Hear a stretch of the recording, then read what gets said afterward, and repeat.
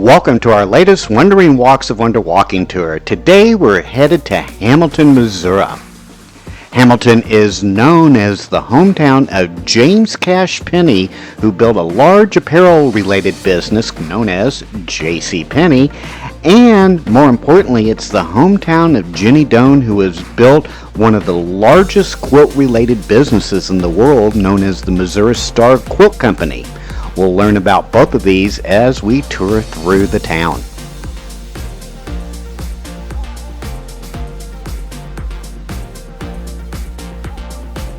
Prior to 1854, the area around Hamilton was unsettled prairie land belonging to the U.S. government.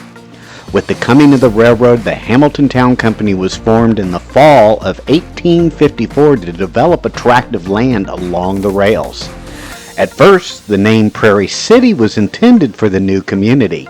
However, Albert Gallatin Davis, a key member of the town company, chose Hamilton instead in honor of two early Americans, Founding Father and First Treasury Secretary Alexander Hamilton, and Joseph Hamilton, an early American lawyer and military leader who died in the War of 1812. The first house in Hamilton, fittingly, was built by Davis in the summer of 1855, as well as the first business, a general store, in 1857. The store would serve as Hamilton's first post office, and Davis as the first postmaster in 1858. The Hannibal and St. Joseph Railroad was finally completed on February 14, 1859, and the first train arrived that very day. A railroad depot was constructed in the fall of 1859, with Albert Gallatin Davis once again appointed the first railroad and express agent. By the outbreak of the American Civil War, Hamilton had about 25 homes and businesses. The town saw little involvement in the war, despite northwest and north central Missouri being a hotbed of guerrilla warfare. The majority of the town's residents held strong pro-Union sympathies, with the few pro-Confederates among the population forced to take an oath of allegiance. Being on the rail line made Hamilton a tempting target for Confederate bushwhackers, so beginning in the fall of 1861, a company of the 50th Illinois Infantry arrived to help the local home guard defend the town. Once the war ended, Hamilton experienced a period of rapid growth and was incorporated in 1868. At that time, several new sections of land had been annexed into the original town, and the population had grown to several hundred. After a brief slowdown caused by the Panic of 1873, growth resumed, and by the mid-1880s, Hamilton had two newspapers, the Hamiltonian and the News Graphic, as well as two banks, two hotels, flour mills, grain elevators, and other businesses supported by a population of about 1,800 at the time. Coal mining became of some importance to the town's economy in the early 1880s. The Hamilton Coal Company was organized in the spring of 1882 and began mining operations the following year about 2 miles outside of town. A railroad spur line was constructed to connect the coal fields to the Hannibal and St. Joseph main line. But, like most rural small communities, Hamilton struggled through the Great Depression and World War II. Following the war, Hamilton did prosper, though, with a surging agricultural economy, and in 2008, the Missouri Star Quilt Company really brought this town to life.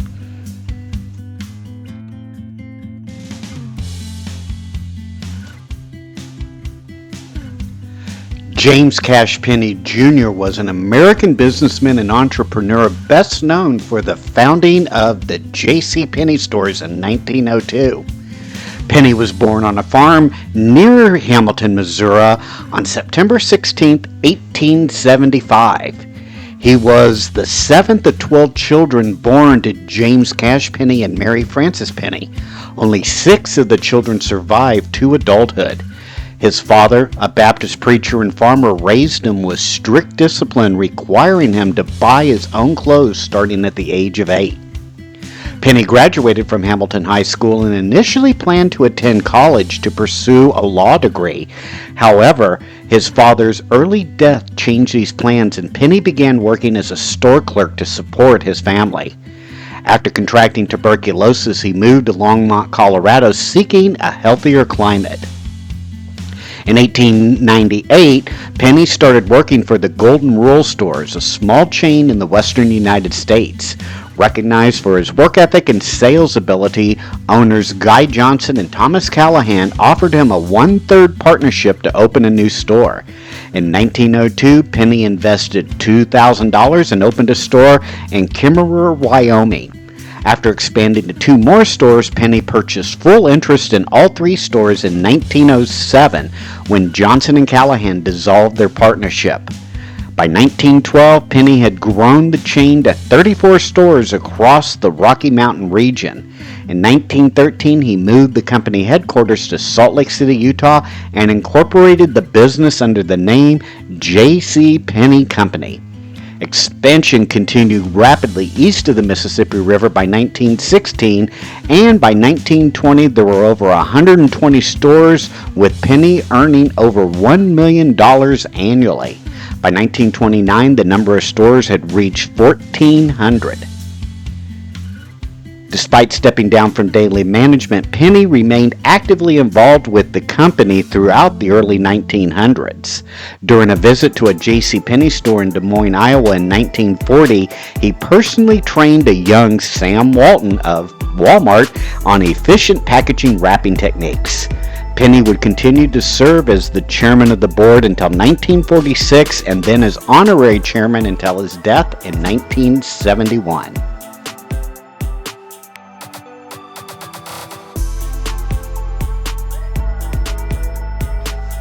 Today, the largest business here in Hamilton is the Missouri Star Quilt Company. This company has a remarkable story of growth from a small family business to one of the most prominent names in the quilting world. Founded in 2008 by Jenny Doan and her children Alan and Sarah, the company's roots lie in a small quilting shop opened during the Great Recession as a way to supplement family income. Hamilton, just a small town with about 1,500 residents, has been transformed into a quilting destination thanks to the company's success. Some people call Hamilton Quilt Town, USA, or many of them refer to it as the Disneyland of quilting. Jenny Doan, the face and heart of the company, learned to quilt later in life and was passionate about the craft. When her son Alan noticed the need for a family business, he and his sister Sarah decided to purchase a long-arm quilting machine for their mother and opened a small storefront in Hamilton. The store offered small quantities of quilting supplies and quilting services to the local community. But the turning point for the Missouri Star Quilt Company came in 2010 when Alan suggested creating tutorial videos on quilting techniques and posting them on YouTube. Jenny's warm, approachable style and her ability to simplify the quilting process resonated with viewers worldwide. These tutorials gained a large following, attracting quilters from across the globe. Jenny's beginner-friendly techniques included quick quilt making methods using pre-cut fabric that helped revitalize the interest in quilting around the world and making it accessible to people of all ages and skill levels. The videos became so popular that the company's online store began to see an exponential increase in sales of quilting supplies. As the Missouri Star Quilt Company grew, it played a pivotal role in revitalizing the town of Hamilton. The company expanded its physical presence by opening multiple themed quilt shops throughout the town, each dedicated to a specific style of fabric or quilting. The town has become quite a quilting hub, hosting events, retreats, and drawing visitors from across the United States and abroad. Missouri Star Quilt Company even hosts annual birthday bashes to celebrate their success and engage with the global community of quilters.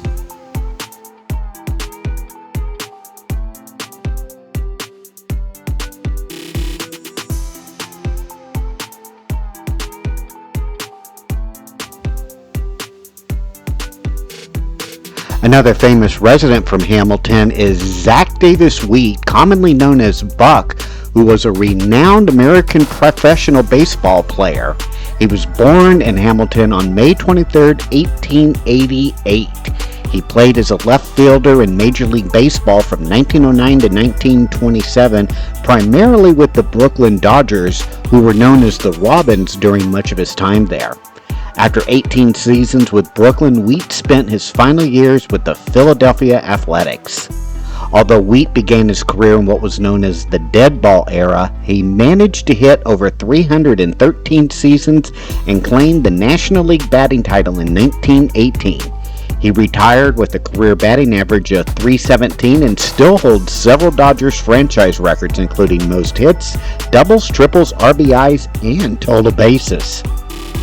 In 1959, Wheat was unanimously elected to the National Baseball Hall of Fame, and he died in March of 1972.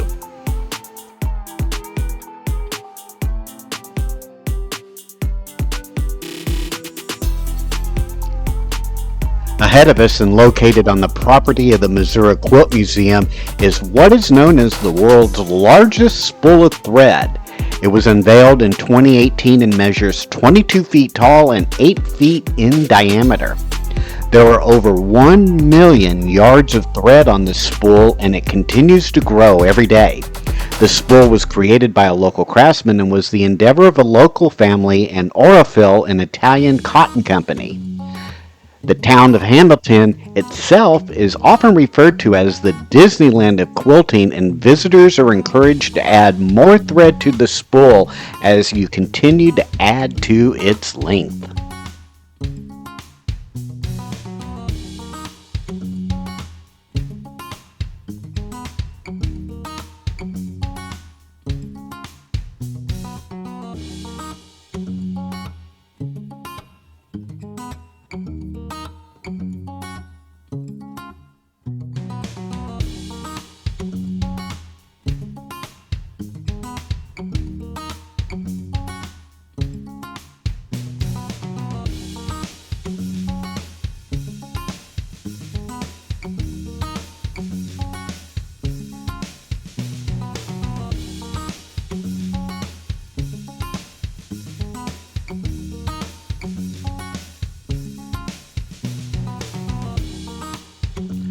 The Missouri Quilt Museum is a fascinating destination for anyone interested in the art and history of quilting.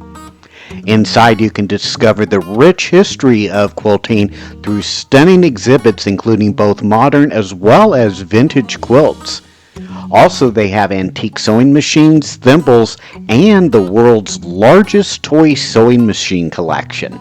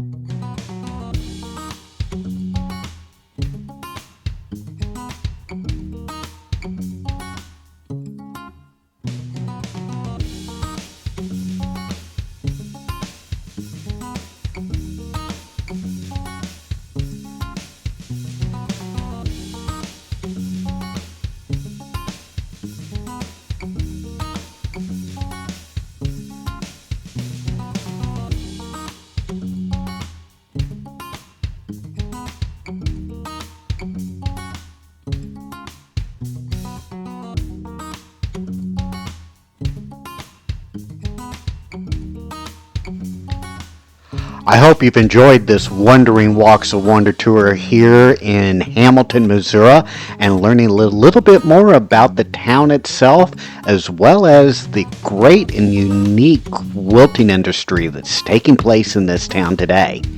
If you've been to Hamilton before, make sure to leave a comment on what your experiences are like and have been. Also, make sure to hit that like and subscribe button, and we will see you on our next Wandering Walks of Wonder walking tour. Take care now. Bye-bye.